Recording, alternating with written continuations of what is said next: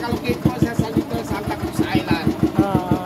So actually dati, yung hindi pa pinuntahan ng mga turista natin, ang tawag po namin dito, which is the Virgin Island po yan, sir. So since na Virginize na ng mga turista natin, na-overuse na siya, at hindi na siya ganun ka-virgin, so sandbar na lang po.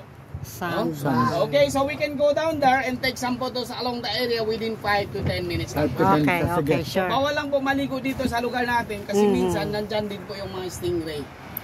So it's actually because of our safety purposes. Oo nga, tama. Okay. So dito na pa tayo, sir. Again, dahan-dahan po yung ulo. Ay, mga stingray. Okay, so pababa tayo dito. Ano mo yung bag mo? Kanina, dito lang po tayo sa taas. Oo, 5 minutes lang.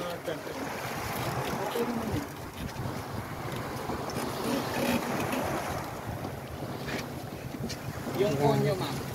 Sabi nga nila, bahala na daw mahulog.